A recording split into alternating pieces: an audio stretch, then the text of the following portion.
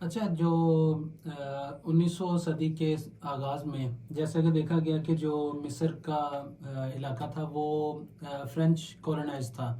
تو اس کے اندر جو ان کا حسن البنا کا ذکر کیا گیا ہے، وہ کیونکہ جو ہے وہ پائنیئر ہیں مسلم بردرہڈ کے، تو انہوں نے یہ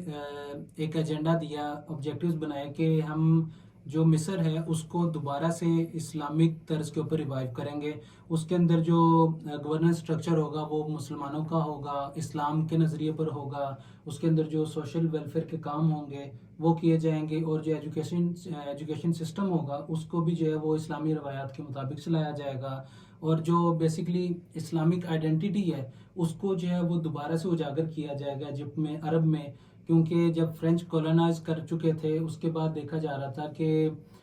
جو فرانس کی وہاں پہ حکومت اور اجارہ داری ہے وہ بڑھتی چلی جا رہی تھی. جس طرح کہ یہ اگر ارلی 1900s کا ذکر کریں تو اس کے اندر کولونائزیشن بہت زیادہ تھی، اور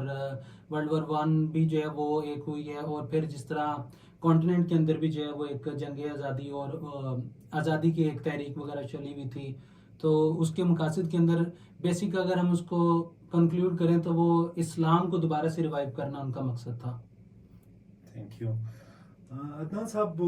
اخوان المسلمون نے ملٹری ونگ بنایا تھا، کب بنایا تو کیا مقاصد تھے اس کے؟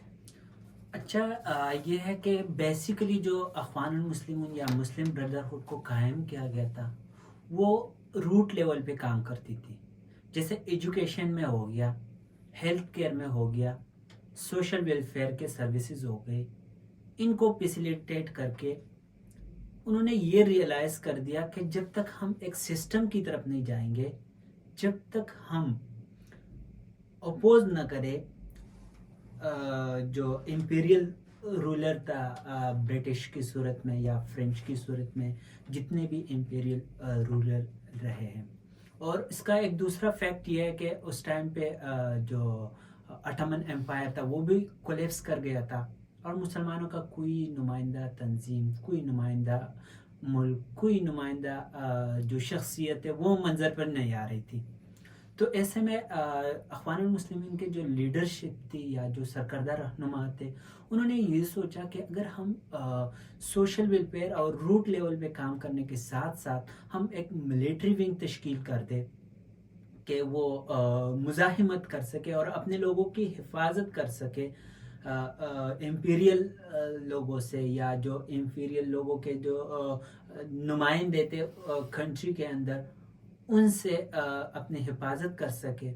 تو انہوں نے یہ ملٹری ونگ قائم کر دی. اور اچھا اس میں یہ ہے کہ ہمارے پاس جو فرسٹ ایویڈنٹ آ جاتا ہے ملٹری ونگ کی، وہ 1930s میں، لائک 1935 1936 میں اس کا قیام عمل میں لایا گیا تھا. لیکن فرسٹ ٹائم اس کو یوز کیا تھا فرسٹ عرب اسرائیل وار، جسے النکبہ کے نام سے بھی یاد کیا جاتا ہے، جیسے وار آف انڈیپینڈنس کے نام سے بھی یاد کیا جاتا ہے، جیسے کیٹسٹروف کے نام سے بھی یاد کیا جاتا ہے. تو یہ ہمارے پاس ان کا تھوڑا پس منظر ہے کہ کیوں انہوں نے قائم کیا تھا. بیسیکلی یہ دیکھا گیا ہے کہ جو بھی آرگنائزیشن وائلیشن کی طرف جاتا ہے، جو بھی آرگنائزیشن ملٹری کی طرف جاتا ہے، تو اس کے پیچھے وجوہات ہوتے ہیں. اور ہم نے ذکر کیا کہ ایک امپیریل رول تھا، اور دوسرا امپیریل رول کے بندے تھے جو ایز اے رولر کام کرتے تھے وہاں کنٹری میں، ان کو ہم اس کے نمائندے ہی کہہ سکتے ہیں. اور تیسرا جو اس وقت کا جو چیلنج تھا کہ انٹرنیشنل سطح پہ مختلف سسٹم سروائیو کرتے ہیں اور پاور کے ساتھ کرتے ہیں، لیکن اسلام کا کوئی پاور، کوئی کنٹری، کوئی تصور نہیں تھا. تو ایسے میں انہوں نے سوچا کہ ہم روٹ لیول پہ کام کرنے کے ساتھ ساتھ ہم ملٹری اور پولیٹیکلی بھی اپنا جو ذمہ داری ہے وہ انجام دے سکیں. Thank you. گلزار صاحب، آپ ہمیں یہ بتائیں کہ اخوان المسلمین کا جو سربراہ تھا حسن البنا، اس کو وہ کیوں قتل کیا گیا؟ اچھا، جب ارلی سٹیجز کے اوپر تو جو اقوام المسلمون ہے وہ ایجوکیشنل سسٹم اور ریلیجیس فیکٹرز کی بنیاد پر کام کر رہی تھی. لیکن اس کے بعد دیکھا گیا کہ 1930 کے دوران، مطلب 1930s کے دوران انہوں نے فیصلہ کیا کہ یہ پولیٹکس میں بھی آئیں گے. تو اس فیصلے کے بعد دیکھا گیا کہ انہوں نے پولیٹکس میں اپنا رول ادا کرنا شروع کیا. جو اوپوننٹ پارٹی تھی وفد پارٹی, اس کے اندر جو ہے اس کے خلاف یہ کیمپینز وغیرہ شروع کر دیں, اور ورلڈ وار 2 کے دوران بھی انہوں نے اسی طرح کا جو ہے وہ چیزوں کو دیکھا. تو اس کے بعد پھر ایک وائلنٹ گروپ جو ہے وہ تشکیل پا گیا, جس کے اندر اب وہ تو اس کو کلیم نہیں کرتے تھے, لیکن یہ ہے کہ وہ ان سے ہی جوڑا جانے لگا کہ مسلم بردرہڈ کا ہی ایک وائلنٹ گروپ ہے جو کہ کاروائیاں کر رہا ہے, اور کئی جو پولیٹیکل شخصیات تھیں اور جو گورنمنٹ میں بھی تھے ان کے جو ہے وہ اسیسینیشن ہوئی, جس کا جو میجر اسیسینیشن تھی وہ ان کے پرائم منسٹر فہمی کی تھی. جب اسیسینیشن ان کی ہوئی تو اس کے بعد پھر یہ سارے کا سارا جو بلیم تھا وہ مسلم بردرہڈ اور جو ان کے پائنیئر جو ان کے لیڈر تھے ان کے اوپر آیا کہ حسن البنا کے کہنے پر یا ان کی اما پر یہ کیا گیا ہے. اور اس کے نتیجے میں دیکھا گیا کہ 1948 دسمبر میں یہ فہمی صاحب کا قتل ہوا. اس کے بعد ان کا جو حسن البنا ہے وہ بھی ایک اسیسینیشن اٹیمپٹ میں گولیاں لگنے سے جو ہے وہ مارے گئے, جس کا جو الزام ہے مسلم بردرہڈ نے اور ان کے جو لیڈرز اور جو پروٹیسٹرز تھے انہوں نے حکومت پر ہی ڈالا, کیونکہ یہی کہا جاتا ہے کہ جو سیکرٹ پولیس تھی اسی نے جو ہے وہ ان کو مارا ہے. تو یہ کچھ وجوہات بنی تھیں ان کی. تو پھر جمال عبد الناصر کے قتل کے کیا نقصانات ہوئے افغان المسلموں کو؟ اچھا, جو جمال عبد الناصر کے جو قتل کے بعد دیکھا جانے لگا کہ حکومت نے مسلم بردرہڈ کے اوپر جو کاروائیاں تھیں, جو پکڑ دکڑ ہوگی یا ان کے اوپر کریک ڈاؤن بہت شدید کر دیا, اور جو ان کے تقریباً 6 کے قریب جو لیڈر تھے ان کو جو ہے وہ ٹرائل کیا گیا, ان کو پولیس نے اریسٹ کیے, اور کافی درجنوں کی تعداد میں جو ہے وہ کارکنوں کو گرفتار کیا گیا, اور جس میں ایک اہم شخصیت کا نام آتا ہے کہ سید قطب جو ہیں وہ اس ٹائم کے اوپر مسلم بردرہڈ کے بہت بڑے جو ہے وہ لیڈر تھے, جن کو جو ہے وہ پکڑا گیا, ان کو جو ہے وہ پابند سلاسل رکھا گیا. اس کے بعد ان کو کچھ ٹائم کے بعد چھوڑ دیا گیا کہ ان کی کچھ طبیعت ناسازی یا جو ان کے لیگل مسائل تھے ان کے بعد, لیکن اس کے بعد دوبارہ سے وہ 1 سال کے عرصے کے اندر دیکھا گیا کہ ان کو دوبارہ گرفتار کیا گیا, کیونکہ یہ الزام عائد کیا گیا کہ یہ مسلم بردرہڈ کے ساتھ دوبارہ سے کاروائیاں مل کر رہے ہیں, اور کیونکہ وہ لٹریچر کو بھی پروموٹ کر رہے تھے اور مسلم بردرہڈ کا ساتھ مل کے کام کر رہے تھے, وہ اس کے لیڈر تھے. تو اس کے بعد جب ان کو دوسری مرتبہ پکڑا گیا تو پھر ان کو مطلب مسلم بردرہڈ اور یہ اخوان المسلمون کے اوپر اس طرح کی پابندیاں اور اتنا برا وقت آیا کہ جو ان کے لیڈر سید قطب تھے ان کو پھانسی کی سزا دے دی گئی. تھینک یو عدنان صاحب. 1979 ایران انقلاب ایران, اس کا کیا اثرات افغان المسلمون پہ آئے؟ دیکھیں, مڈل ایسٹ کے اندر انقلابی ایران یعنی ایران ریولوشن ایک ایسا دور ہے, ایک ایسا ایونٹ ہے جنہوں نے آلموسٹ خطے کے اندر جو ہے نا تقریباً تبدیلی لائی. اب ہم دیکھتے ہیں کہ اس کے جو اثرات ہیں وہ عراق سے لے کے لبنان تک, لبنان سے لے کے صومالیہ تک, اور صومالیہ سے لے کے فلسطین تک, فلسطین سے لے کے وہ بحرین تک, سب ہر خطے پہ, ہر ملک پہ اس کے اثرات پڑ گئے. ڈیفینیٹلی یہ جیو پولیٹکس کا ایک وہ ہے کہ اصول ہے کہ اگر کسی ایک ملک میں کوئی ایونٹ ہو جاتا ہے تو وہ ایک ملک تک محدود نہیں رہ جاتا, وہ جو نان اسٹیٹ ایکٹر ہے وہ ان کو بھی متاثر کرتے یا موبلائز کرتے, دیگر جو کنٹریز ہے ان کو بھی متاثر کر سکتے ہیں, یا جو MNCs ہے ان پر بھی اثر پڑ سکتا ہے, یا جو پولیٹیکل ونگز ہے یا ملٹری ونگز ہے جتنے بھی ہے سب پہ اثر پڑ سکتا ہے. تو ایسے میں ہم اگر اخوان المسلمون کا دیکھ لیں تو چونکہ ایران جو انقلاب تھا وہ خمینی کی صورت میں آیا تھا, اور وہ اسلامک ریولوشن کے نام سے آیا تھا, اور وہ بھی اسلام کے ویلیوز کو, اسلام کے جو لاز ہے ان کو پروموٹ کرنے کے لیے آیا تھا. اور ہم نے پہلے بھی ذکر کیا مقاصد کے اندر کہ ان کے مقاصد میں یہ تھا کہ وہ اسلامائزیشن کو پروموٹ کرے, روٹ لیول پر بھی پروموٹ کرے اور پولیٹیکل لیول پر بھی پروموٹ کرے. تو ایسے میں یہ اخوان المسلمون کے لیے ایک اپورچونٹی نظر آئی کہ وہ بھی موبلائز ہو کے, ان سے انسپائرڈ ہو کے اپنے کاروائیوں میں تیزی لائے اور اپنے ملک کے اندر اسلامائزیشن جو گورنمنٹ نہیں نافذ کروانا چاہ رہی تھی یا کوئی رکاوٹ تھی جو بھی تھی صحیح ہے تو وہ اسلامائزیشن کی طرف جائے. ہم دیکھتے ہیں کہ 98 سے لے کے 1991 تک یہ بڑا گولڈن پیریڈ رہا ہے اپرائزنگ کے حوالے سے. اور پھر اس کے بعد اس کے ثمرات تو 90s 80s میں تو نظر نہیں آئے لیکن ہمیں 90s میں نظر آ جاتے ہیں. ٹھیک ہے 1990s میں یا 2000 کا جو 21ویں صدی کا شروعات تھا پہلا عشرہ تھا 2010 تک یا 2011 تک اس میں ہمیں ان کے ثمرات نظر آ جاتے ہیں جو الیکشن کی صورت میں تھے اور الیکشن میں وہ ہولڈ کر کے گئے. تو پھر اخوان المسلمین نے الیکشن آزاد حیثیت سے کیوں لڑا؟ اچھا ایسا ہے کہ اخوان المسلمون پر تقریباً حسن البنا کے اسیسینیشن کے بعد مختلف قسم کی پابندیاں رہی ہے اور ان کو الیکشن جو ان کی جو پارٹی تھی مسلم بردرہڈ ان کو بین کر دیا گیا تھا. ان کو الیکشن کی اجازت نہیں تھی. اب وہ کس طریقے سے اپنے جو پولیٹیکل ونگز ہے یا پولیٹیکل مقاصد ہے وہ حاصل کر سکے تو ہمارے پاس الیکشنز آ جاتے ہیں. 99 میں الیکشن ہو جاتا ہے اور اس کے 2 راؤنڈ ہوتے ہیں. فرسٹ راؤنڈ میں جو انڈیپینڈنٹ لوگ تھے یا جو مطلب ادر پارٹیز ہے جیسے نور پارٹی ہے یا دیگر پارٹیاں ہیں وہ ہولڈ کر گئی. اب ان چیزوں کو دیکھتے ہوئے ان کے جو حسنی مبارک اس وقت کے پریزیڈنٹ تھے یا کنگ تھے اس کے ایجپٹ کے انہوں نے اس صورتحال کو دیکھا تو ان کو یہ لگا کہ اگر ہم نے یہ الاؤ کر دیا اور سیکنڈ راؤنڈ ہو گیا تو یہ لوگ جیت جائیں گے اور پھر شاید یہ تاریخ کا یہ جو موڈ ہے یہ بدل جائے. تو انہوں نے وہ کینسل کر دیا.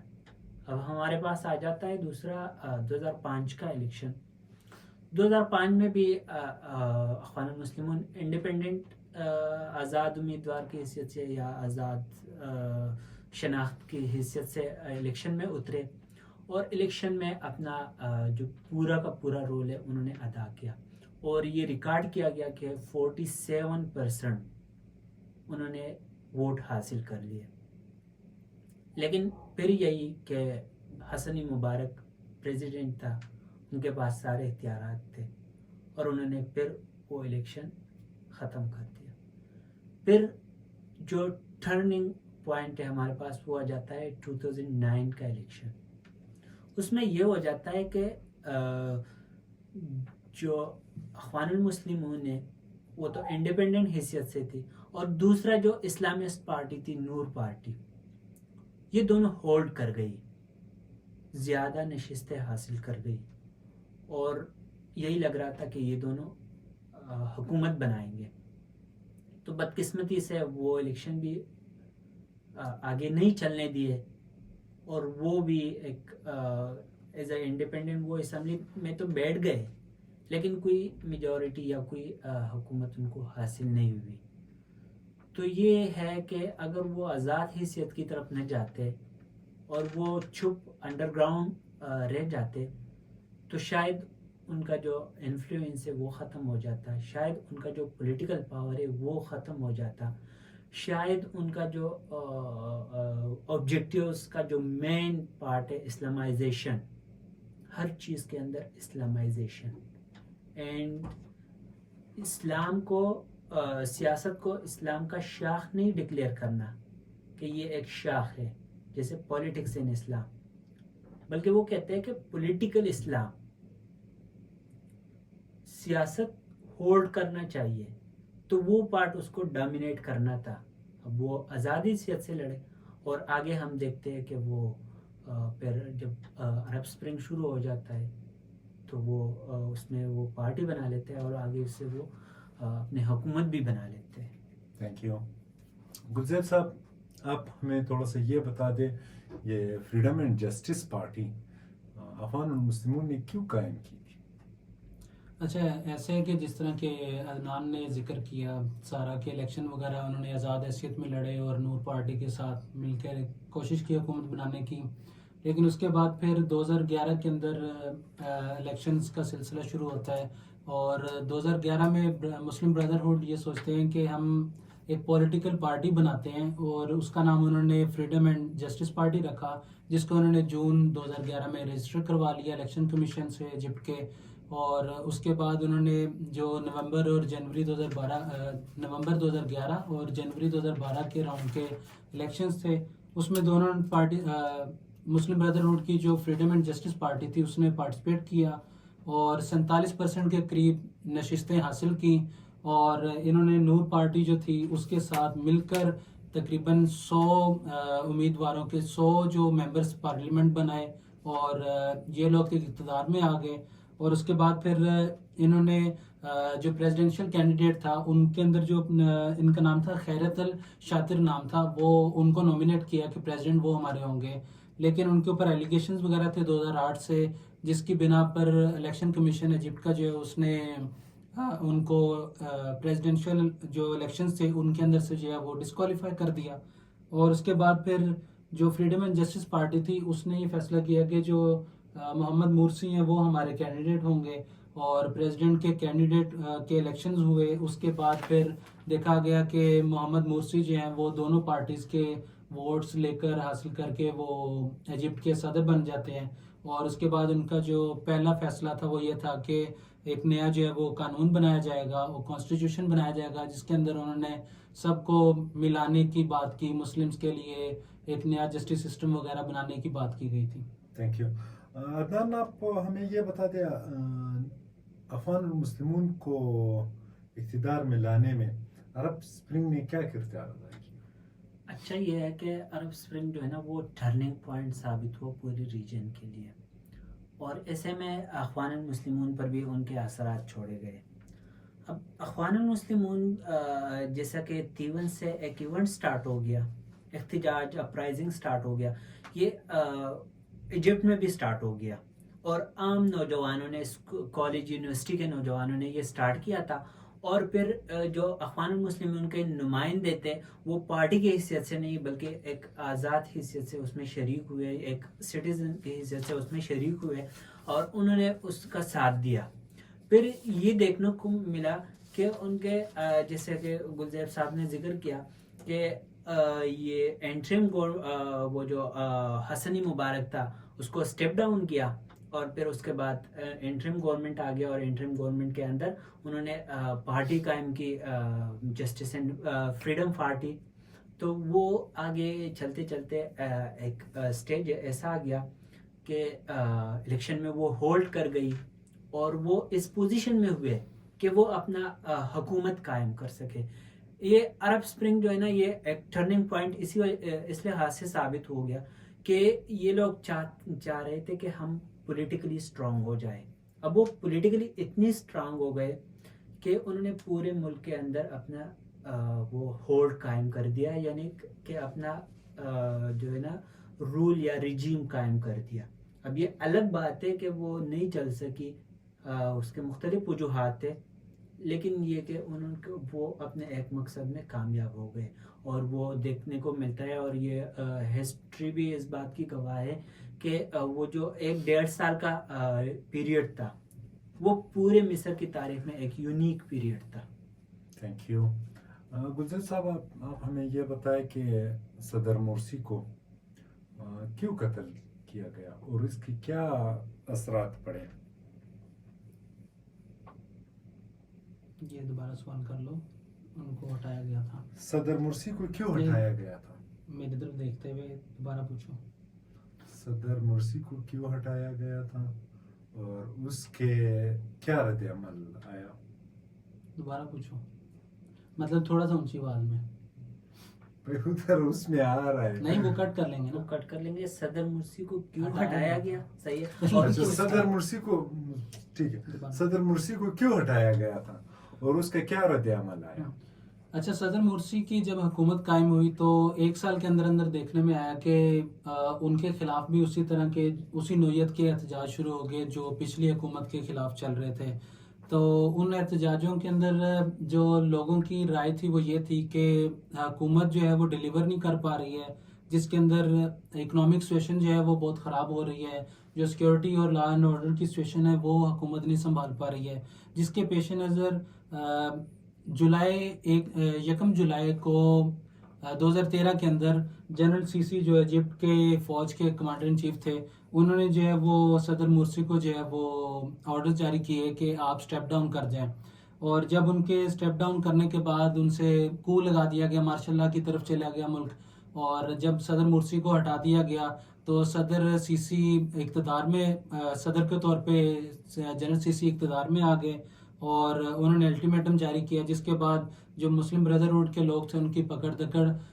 شروع ہوئی۔ کیونکہ اسی طرح جس طرح صدر مرسی کے خلاف احتجاج ہو رہے تھے، اسی طرح ہی جو ہے وہ اب جنرل سیسی کے خلاف احتجاج ہونا شروع ہو گئے، اور ریبا میسیکر کے نام سے ایک بہت مشہور واقعہ ہے کہ جو صدر مرسی کے حامی تھے، انہوں نے ایک وہاں پہ ایک وہ اسکوئر ہے، راؤنڈ باؤٹ ہے یا جگہ کہہ لیں، وہاں پہ انہوں نے احتجاج کیے، اور جو جنرل سیسی تھے، صدر تھے اس ٹائم پہ، تو انہوں نے آرڈر جاری کیے کہ جو لوگ احتجاج کر رہے ہیں اور ان کے مطابق وہ وائلنٹ ہو رہے تھے، تو اس کے پیش نظر انہوں نے تقریباً 1000 کے قریب اسی اسکوئر میں جو ہے وہ ربا میسکر کے نام سے اس لیے مشہور ہوا کہ وہاں پہ بہت بڑی تعداد میں لوگوں کا قتل عام ہوا، اور پھر مسلم بردرہوڈ فریڈم اینڈ جسٹس پارٹی کے جو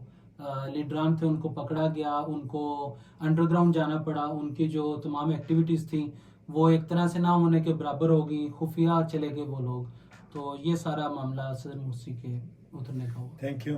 عدنان صاحب۔ 2014 کے اخوان مسلمین کا کیا نیا عمل؟ اچھا، اس میں یہ ہے کہ جب وہ مرسی کو ہٹایا گیا اور وہ انڈر گراؤنڈ چلے گئے، پورے جو گورنمنٹ کے جتنے بھی اقدامات تھی اس کے اگینسٹ تھی، تو انہوں نے یہ سوچا کہ اگر ہم یوں کریں کہ اگر ہم سامنے آتے رہے اور وہ ہمیں مارتے رہے یا وائلنس کو وہ ہمیں وائلنٹ گروپ کلیئر کرتے رہے، تو ہم تو ایسے میں نیچے جائیں گے اور ہمارا کوئی وہ رہے گا نہیں، ویلیو نہیں رہے گا۔ تو انہوں نے یہ کر دیا کہ جو انڈر گراؤنڈ رہتے ہوئے انہوں نے اپنا ایک آرگنائزیشنل سٹرکچر اور اپنی ایکٹیویٹیز کو جاری رکھا، ایک یہ ہو گیا، اور دوسرا انہوں نے یہ کر دیا کہ اپنے لیے ایک انٹرنیشنل سپورٹ کی طرف بھی وہ چلے گئے۔ اب کیسے چلے گئے یہ میں نے آپ کو پہلے بھی بتا دیا تھا کہ وہ 1928 میں شروع ہونے والا اسماعیلیہ سے وہ تحریک وہ اسماعیلیہ تک محدود نہیں رہا، وہ پوری دنیا تک پھیل گیا ہے، اور پوری دنیا اب پولیٹیکل اسلام ایک نظریہ ہے، وہ کیپٹلزم کے اگینسٹ ہے، وہ سوشلزم کے اگینسٹ ہے، وہ کمیونزم کے اگینسٹ ہے، وہ ہر ازم کے اگینسٹ ہے جو انسانوں نے بنائی ہے، جو فلاف ہے، جو ان کے نظر میں مزید نہیں چل سکتے، نظام پرسودہ ہے، جتنے بھی ازم ہے وہ ان کے نظر میں پرسودہ ہے، اور جو الہیہ یا مطلب وہ کہہ رہے کہ سورینٹی ٹو اللہ، تو وہ ان کو کامل سمجھتے ہیں اور اسی کو غالب سمجھتے ہیں۔ تو یہ انٹرنیشنل سپورٹ بھی دیکھ رہے، اور اس کے بعد وہ نان وائلنس اسٹریٹجی بھی اپنا رہے، جیسے کہ گورنمنٹ اس کو کہہ رہی کہ آپ ٹیررسٹ آرگنائزیشن ہے یا آپ ٹیررزم کر رہے، تو وہ شو کر رہے کہ بھائی ہم ٹیررزم نہیں پروموٹ کرنا چاہ رہے، نہ ہم ٹیررسٹ ہے، ہم نان وائلنس میں رہتے ہوئے اپنی ایکٹیویٹیز کو جاری رکھ سکتے ہیں، جیسے ایجوکیشن کو پرووائڈ کرنا روٹ لیول پہ، جیسے ہیلتھ کیئر کو پرووائڈ کرنا روٹ لیول پہ، جیسے سوشل ویلفیئر کے کام کرنا روٹ لیول پہ، تو وہ یہ کرتے ہیں۔ اور اس کے بعد وہ یہ ہم دیکھنے کو ملتا ہے کہ ایک لیجنڈ ہے کہ جو ریفیوجیز کا جو کرائسس ہے آل اوور دا ورلڈ، تو یہ بھی ریفیوجیز بن کے ڈفرینٹ کنٹریز میں جاتے ہیں، اور ڈفرینٹ کنٹریز میں پھر اپنے جو مقاصد ہے یا جو مطلب ایک قسم کے ایک ڈپلومیٹک رول ادا کرتے ہیں۔ تو یہ ان کا 2013 کے بعد یا 2014 کے بعد یہ اسٹریٹجی رہی ہے، اور کافی حد تک کامیاب ہے۔ یہ بھی موجودہ مصر کے حالات سے لگتا ہے کہ اگر کوئی ایسی سچویشن بن جاتی ہے کہ السیسی جو ہے نا وہ الیکشن اناؤنس کر جاتے ہیں، تو شاید ہی کوئی دوسری پارٹی ہوگی جو اخوان المسلمون کا یا مسلم بردرہڈ کا مقابلہ کر سکے گی. تو یہ اوور آل سچویشن ہے آپ موجودہ حالات کے اندر جو اخوان المسلمون یا مسلم بردرہڈ جو ادا کر رہی ہے اور وہ انڈر گراؤنڈ رہتے ہوئے اتنا کچھ کرتی ہے. تو اٹس مین کہ ان کے پاس کوئی آئیڈیالوجی ہے, ان کے پاس کوئی نظام ہے, ان کے پاس کوئی الٹرنیٹیو ہے, تو وہ اس کی بات کرتے ہیں. اب یہ الگ بات ہے کہ کوئی اس کو ٹیررسٹ آرگنائزیشن کہتے ہیں, کوئی اس کو پولیٹیکل گروپ کہتے ہیں, کوئی اس کو سوشل ویلفیئر گروپ کہتے ہیں, تو یہ الگ بات ہے. اچھا, تو جیسے ہمارے پاس ابھی ٹائم کی کمی ہے, لیکن ہم اپنے مہمانوں سے فائنل کمنٹس لیں گے. سب سے پہلے گلزیب صاحب آپ سے پوچھیں گے کہ آپ کا کیا خیال ہے اخوان المسلمین کے اوورال جو آلموسٹ 100 ایئرس کی جو ان کی اسٹرگل ہے اس کے بارے میں. اچھا, جس طرح اب ہم پالیٹکس اور انٹرنیشنل ریلیشنز کے اسٹوڈنٹس ہیں, تو اس کو جتنا ہم نے اسٹڈی کیا ہے, جتنا اس پہ کام کیا ہے, تو مجھے اس سارے مسلم بردرہڈ سے ایک آئیڈیا یہ ملا ہے کہ جس طرح یہ سٹارٹ ہوئے کہ فرینچ جو کولونائزیشن ہے اس کے اختتام کے لیے کام کیا انہوں نے, جو ایجوکیشنل ریفارمز یا ایجوکیشن سسٹم میں کام کرتے رہے, تو ان ساری چیزوں کو دیکھتے ہوئے مجھے یہی محسوس ہوتا ہے کہ یہ ایک پولیٹیکل اور جس طرح اسلام کی پروموشن کی بات کرتے ہیں وہ, اور سوشل ورکنگ ایک کلاس کی ایک جو ہے وہ جماعت بنی ہے, یا الیکشنز میں بھی آئے ہیں تو وہ ایک گورنمنٹ بنانا چاہتے ہیں. تو اب جس طرح اگر ہم اس کو میں اگر کرنٹ سینیریو میں ایک چھوٹی سی 2 ایگزامپلس کے ساتھ کوٹ کر کے سمجھانے کی کوشش کروں کہ جس طرح ابھی پی ٹی آئی ہے, اپنا نظریہ ان کا ہو سکتا ہے, ٹھیک ہے, جس طرح منظور پشتین ہے یا جو بلوچ لوگ مانگتے ہیں اپنے رائٹس یا بات کرتے ہیں, تو اب اگر ان کو اسٹیٹ نہیں سنے گی یا جو اقتدار میں بیٹھے ہوئے لوگ ہیں وہ ان کو نہیں سنیں گے, تو پھر وہ لوگ, ہو سکتا ہے, میں یہ نہیں کہتا کہ وہ بالکل بھی وائلنٹ نہیں ہے مسلم بردرہڈ کے, اس میں سے کچھ طبقہ ایسا ہو سکتا ہے کہ جو وائلنس کی طرف گیا ہو, لیکن ان دی اینڈ میری رائے یہ ہے کہ as a student of I R کہ تمام معاملوں کے حل جو ہیں وہ ڈائیلاگ سے نکلتے ہیں, اور پکڑ دکڑ سے, وائلنس سے کبھی بھی جو ہے وہ کسی چیز کا نتیجہ نہیں نکالا جا سکتا. جس طرح ورلڈ وار 1 ہوئی, 2 ہوئی, ابھی آپ دیکھ لیں اگر کرنٹ سینیریو میں یوکرین رشیا وار ہو رہی ہے, ادھر فلسطین اور اسرائیل وار چل رہی ہے, تو یہ ان دی اینڈ, اب وہ ایک میں اس کے اندر کوٹ کرتا چلوں کہ یو ایس سیکرٹری اسٹیٹ رہے ہیں ریکس ٹیلرسن, میرے خیال میں ان کا نام ہے, تو ان سے بھی جب پوچھا گیا کہ جس طرح رشیا اور سعودیہ, یو اے ای وغیرہ نے اس کو بین کیا ہوا ہے مسلم بردرہڈ کو, تو انہوں نے کہا کہ ایسا کرنا بیڈ آئیڈیا ہوگا. اس کی وجہ انہوں نے یہ دی کہ 50 لاکھ کے قریب مڈل ایسٹ کے اندر مسلم بردرہڈ کی آئیڈینٹی رکھنے والے لوگ موجود ہیں, تو اگر آپ اس کو ایک ٹیررسٹ آرگنائزیشن کا درجہ دیں گے تو وہ تو بیک لیش تو کرے گا, اور وہ مڈل ایسٹ کے اندر ہی بہت زیادہ جو ہے وہ خرابیاں پیدا کرے گا. تو اس پہ میری ایز اے کنکلوژن یہی رہا ہے. Thank you. عدنان صاحب, آپ کنکلوژن میں کیا کہیں گے؟ ایک 100 سالہ تاریخ اور اتنی اسٹرگل, الیکشن بھی, اور ہر طریقے سے انہوں نے پروٹیسٹ شو کیا ہے, تو اس کی کون سا طرف آپ کو زیادہ بہتر لگا؟ دیکھیں, یہ ایک فلسفہ ہے یا حقیقت ہے کہ 2 نظام تیسرے نظام کو جنم دینے کا حامی نہیں ہو سکتا. یہی طریقہ ہے, یہی واردات کا ایک طریقہ ہی کہہ لے کہ جو کیپٹلزم ہولڈ کر رہی ہے یا کمیونزم ہولڈ کر رہی ہے, تو اسی طریقے سے پولیٹیکل اسلام یا اسلامائزیشن بھی یا اسلامزم بھی ایک آئیڈیا ہے, تو ان کو بھی سامنے لانا چاہیے, اور انٹرنیشنل کمیونٹی کو اس بات کا متحمل ہونا چاہیے کہ وہ تینوں کو ایک جیسا پلیٹ فارم دے دیں,